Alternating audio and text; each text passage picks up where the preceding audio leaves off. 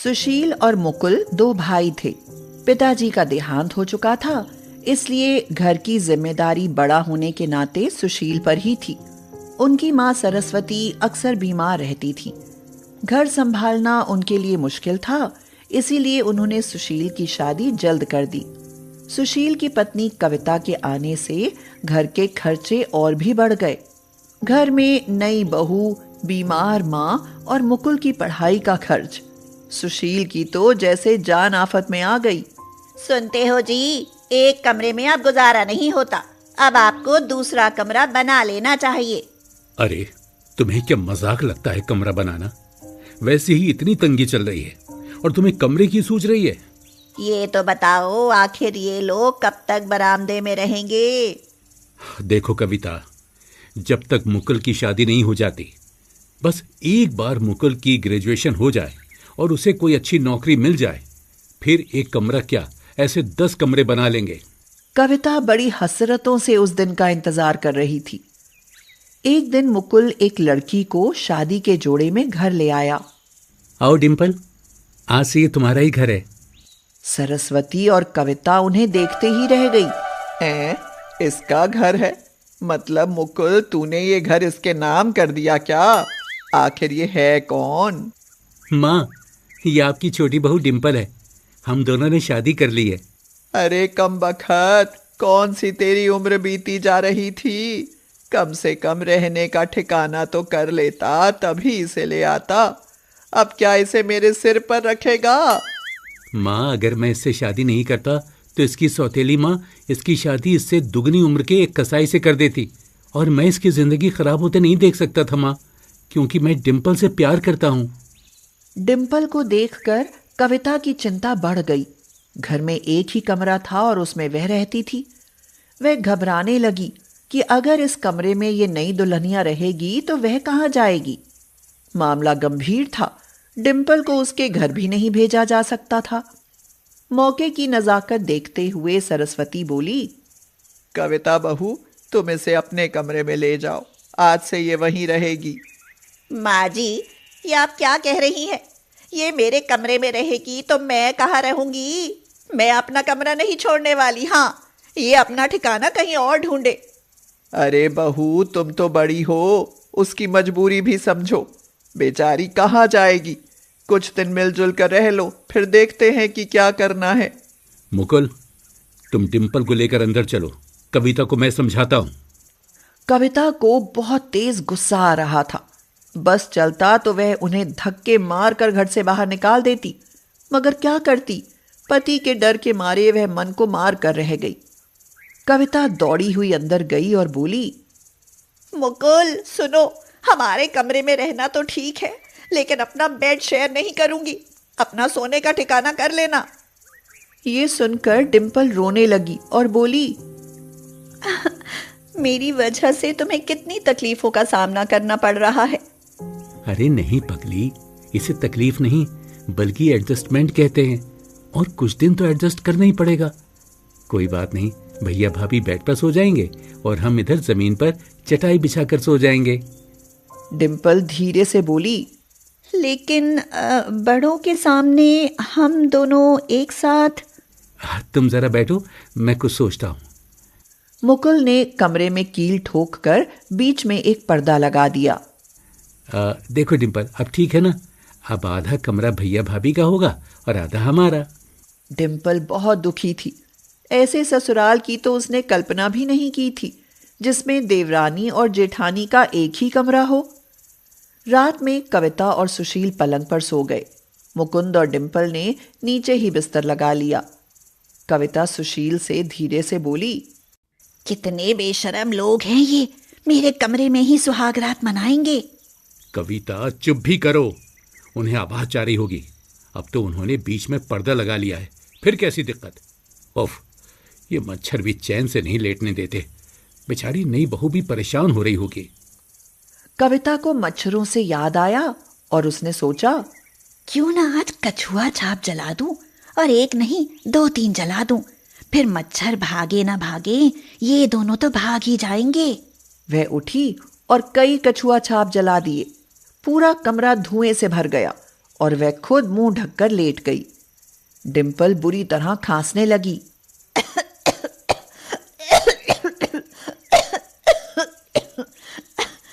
अरे, कमरे में इतना धुआं कैसे?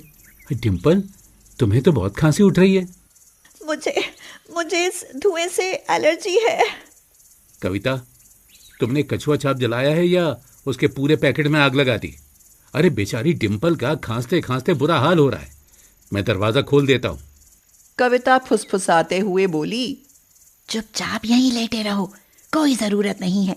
जिसे दिक्कत हो वह कमरे से बाहर चला जाए। मुकुल उठा और जल्दी से खिड़की दरवाजे खोलकर धुआं बाहर निकाल दिया। तब जाकर उसे थोड़ी राहत मिली। पूरी रात डिम्पल की खांसते खांसते निकली। अरे भाई, ये खुल खुल बंद भी करो, हमें तो सोने दो। लगता है इसे अस्थमा है, तभी तो इतनी खांसी उठ रही है। अगले दिन ही कविता ने डिम्पल को घर के काम सौंप दिए। रात में जब सब लेट गए तो कविता को चालाकी सूझी और स्टूल पर रखा पानी भरा जग उसने गिरा दिया। पानी मुकुल और डिम्पल के बिस्तर के नीचे तक पहुंच गया। ठंडा लगते ही वो दोनों उठ बैठे। उनका पूरा बिस्तर जो गीला हो गया था। माफ करना, वो जग मुझसे गलती से गिर गया। दूसरी रात भी मुकुल और डिम्पल ने बैठे बैठे गुजार दी। तीसरी रात कविता ने कमरे के कोनों में चुपके से चीनी डाल दी, जिससे पूरे फर्श पर चींटियां हो गई। वो डिम्पल और मुकुल को काटने लगी। डिम्पल रोने लगी और बोली, मुकुल, मायके में तो माँ ने चैन से नहीं रहने दिया, और लगता है यहाँ भी। 3 रातों से सोई नहीं हूँ, दिन भी काम में गुजर जाता है। कविता तो मन ही मन खुश हो रही थी। वह यही तो चाहती थी कि उसकी देवरानी तंग आकर कमरा छोड़ दे। लेकिन बेचारी डिम्पल जाती भी तो कहाँ जाती। चौथी रात डिम्पल जागी हुई थी। कविता ने सोचा कि वो दोनों सो गए हैं। कविता कुछ सूखी मिर्च लेकर उनमें तीली लगाने ही वाली थी कि एकदम से डिम्पल ने उसका हाथ जा पकड़ा और कहा, दीदी, आप ये सब क्यों कर रही हैं? आखिर मुझसे आपकी क्या दुश्मनी है? हाँ, है मुझे तुझसे दुश्मनी। चली क्यों नहीं जाती यहाँ से? मेरा छोटा सा कमरा है और उसमें भी तुमने कब्जा कर लिया है। शोर सुनकर सुशील और मुकुल दोनों उठ गए। कविता की हरकत जानकर दोनों भाइयों को बहुत बुरा लगा। भाभी, बस आज की रात कट जाने दो। हम 1-2 दिन में अपना कहीं और बंदोबस्त कर लेंगे। 2 दिन बाद मुकुल बाहर से दौड़ा आया और बोला, डिम्पल, डिम्पल, जल्दी बाहर आओ। सरस्वती, कविता और डिम्पल तीनों मुकुल की हड़बड़ी देखकर जल्दी से बाहर आईं। क्या हुआ? आप इतना क्यों चिल्ला रहे हैं? अरे डिम्पल, सुनकर तुम भी खुशी से उछल जाओगी। जानती हो, तुमने एसएससी सीजीएल की जो तैयारी की थी ना, उसमें तुम्हारा सिलेक्शन हो गया है। तुम एग्जाम में पास हो गई हो। अब तुम जल्दी ही इनकम टैक्स इंस्पेक्टर बन जाओगी। फिर हमारे पास सरकारी मकान होगा, पैसा होगा। हमें इसे एक कमरे में गुजारा करने की कोई ज़रूरत नहीं। और जानती हो, मेरा भी रिजल्ट आ गया है। फिलहाल कांस्टेबल के पद पर सिलेक्ट हुआ हूँ। थोड़ी और मेहनत करूँगा तो प्रमोशन हो जाएगा। कविता की आंखें फटी की फटी रह गईं।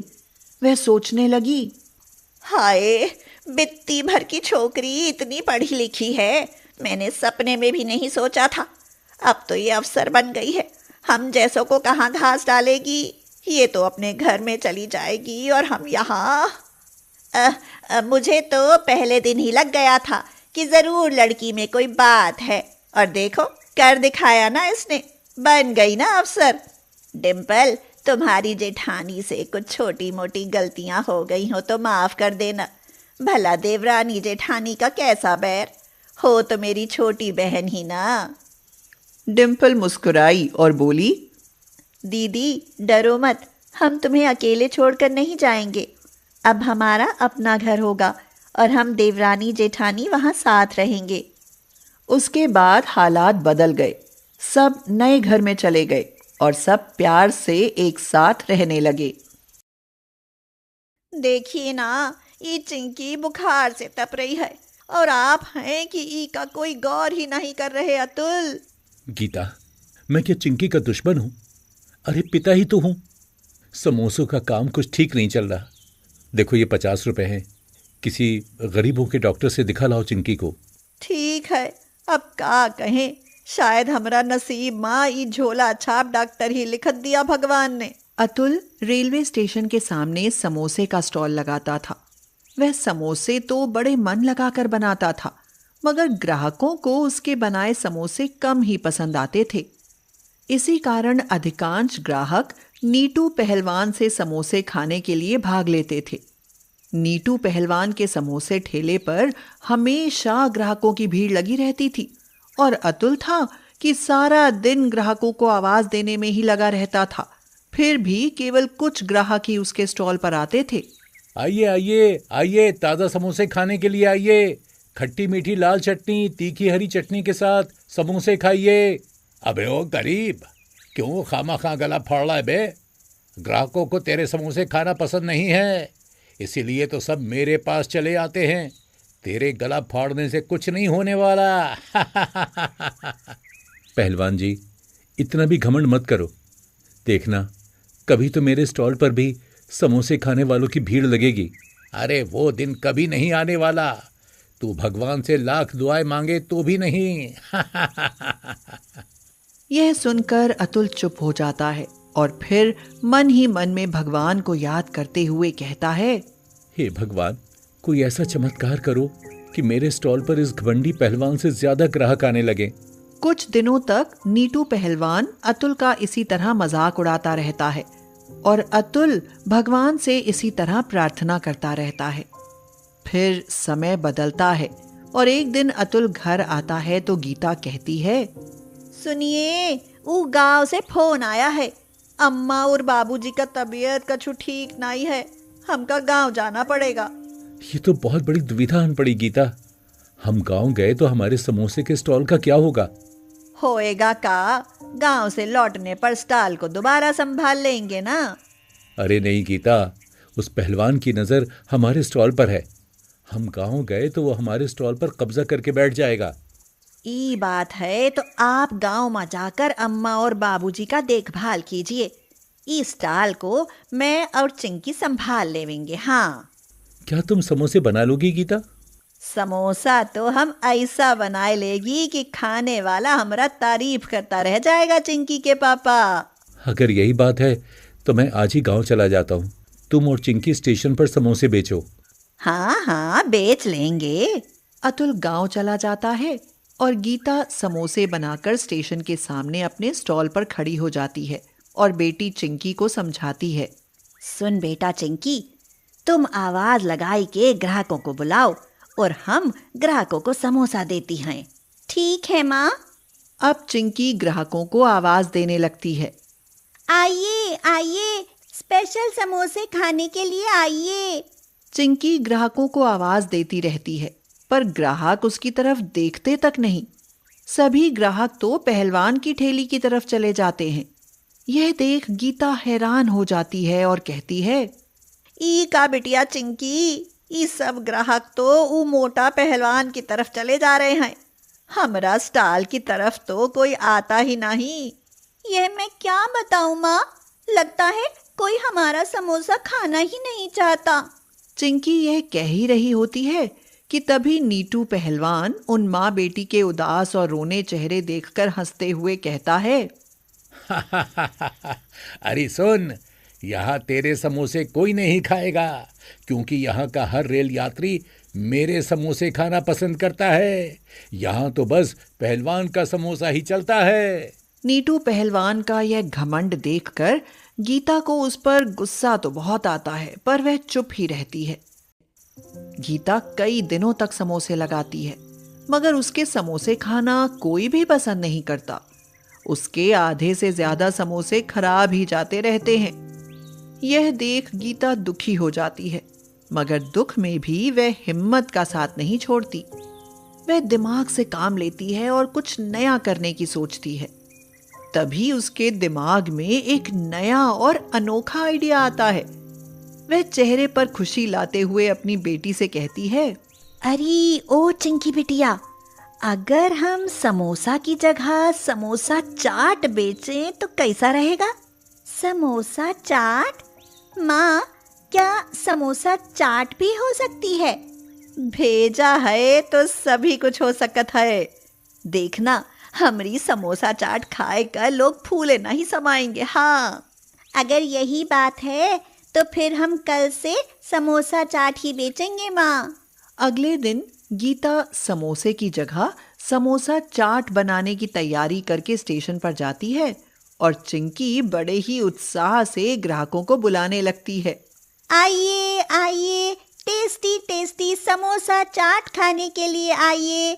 ऐसी समोसा चाट दुनिया में कहीं नहीं मिलेगी। समोसा चाट की बात सुनकर पहलवान की ठेली पर खड़े लोग हैरान होकर रह जाते हैं और चिंकी की तरफ देखने लगते हैं।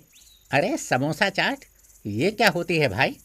भाई समोसा तो इस पहलवान से बहुत खाया है, चलो अब समोसा चाट भी खाकर देख लेते हैं। हाँ हाँ, चलो चलो समोसा चाट खाकर देखते हैं। यह कहकर पहलवान की ठेली पर खड़े सभी ग्राहक गीता के समोसा चाट स्टॉल की तरफ चले जाते हैं और नीटू पहलवान आश्चर्य से देखता ही रह जाता है।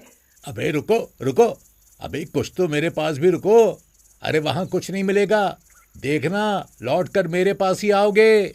मगर कोई भी ग्राहक उसके पास लौट कर नहीं आता।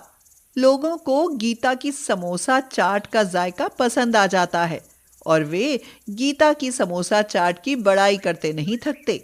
इस समोसा चाट के सामने तो पहलवान का समोसा कुछ भी नहीं है। देखना बेटी, तेरा समोसा चाट खूब चलेगा, दूर दूर के रेल यात्री याद रखेंगे तेरी समोसा चाट। अरे मैं तो कहता हूँ कि ट्रेन में सफ़र करने वाले तेरी समोसा चाट साथ लेकर चलेंगे। लोगों की बातें सुनकर गीता फूली नहीं समाती। लोगों को उसकी समोसा चाट इतनी पसंद आती है कि उसके आने से पहले ही ग्राहक उसका इंतजार करते मिलते हैं। फिर जैसे ही वह आती है, उसकी समोसा चाट फटाफट बिकने लगती है और उधर नीटू पहलवान मक्खियां मारने पर मजबूर हो जाता है और सोचता है, लगता है अब अतुल की बात सच्ची हो गई। उसके स्टॉल पर तो ग्राहकों की भीड़ ही लग गई, पर मैं ऐसा कभी नहीं होने दूंगा। अपना धंधा पिटते देख नीटू पहलवान को गीता पर बहुत गुस्सा आता है। वह गुस्से पर काबू नहीं कर पाता और अपने दो साथियों को गीता को डरा धमका कर भगाने के लिए अपने दो बदमाश साथी भी भेज देता है। समोसा चाट वाली, कल से यहाँ नजर मत आना। ठीक से सोच ले मैडम, अपना भला चाहती है तो कल से यहाँ दिखाई ना दे। अगर दिखाई दी तो समझ, तुझे और तेरी इस पिल्ली को मारे तक कोई ना बचा पाएगा। लो करी लो बात। हमारा नाम गीता है, गीता। हम बदमाश लोगों से न डरती। वो पहलवान से कही दो उसे भागना है तो भाग जाए, पर ई गीता को यहाँ से भगाने का कोशिश ना करे। हाँ, धीरे धीरे गीता का काम अच्छा चलने लगता है और उसकी समोसा चाट लोगों को खूब पसंद आने लगती है। गीता स्टॉल संभालती है और चिंकी स्टेशन पर आने वाली ट्रेन में समोसा चाट बेचना शुरू कर देती है। इससे माँ बेटी की खूब कमाई होने लगती है। उधर नीटू पहलवान का समोसे का धंधा बंद होने की कगार पर आ जाता है और वह गीता को स्टेशन से भगाने का प्लान बनाता है। जग्गू, अब सहन नहीं होता बे, इस समोसे चाट वाली के स्टॉल को आग लगा दे और फिर भी ना माने तो माँ बेटी को ठिकाने लगा दे। ठीक है उस्ताद जी, ये काम तो हम आज रात को ही कर देंगे। यह कहकर नीटू पहलवान के आदमी रात होते ही गीता के स्टॉल को जलाने की कोशिश करते हैं, मगर इससे पहले कि वे कुछ करते, एक आपराधिक मामले में पुलिस के हत्थे चढ़ जाते हैं और नीटू पहलवान सहित सब सलाखों के पीछे पहुंच जाते हैं। अब तुम तीनों बदमाशों की खैर नहीं, लंबी जेल होगी, लंबी। क्यों बे पहलवान, समोसे बेचने के बहाने लोगों से लूटपाट करता है? भूल हो गई साहब, माफ कर दो। चुप कर बदमाश, तुम माफी के लायक नहीं है। कुछ दिन बाद नीटू पहलवान और उसके साथी जेल चले जाते हैं और इधर गीता का समोसे चाट का काम बहुत अच्छा चलने लगता है। अतुल गीता की यह कामयाबी देख फूला नहीं समाता। वह भी गीता के साथ मिलकर काम करने लगता है और चिंकी स्कूल जाने लगती है।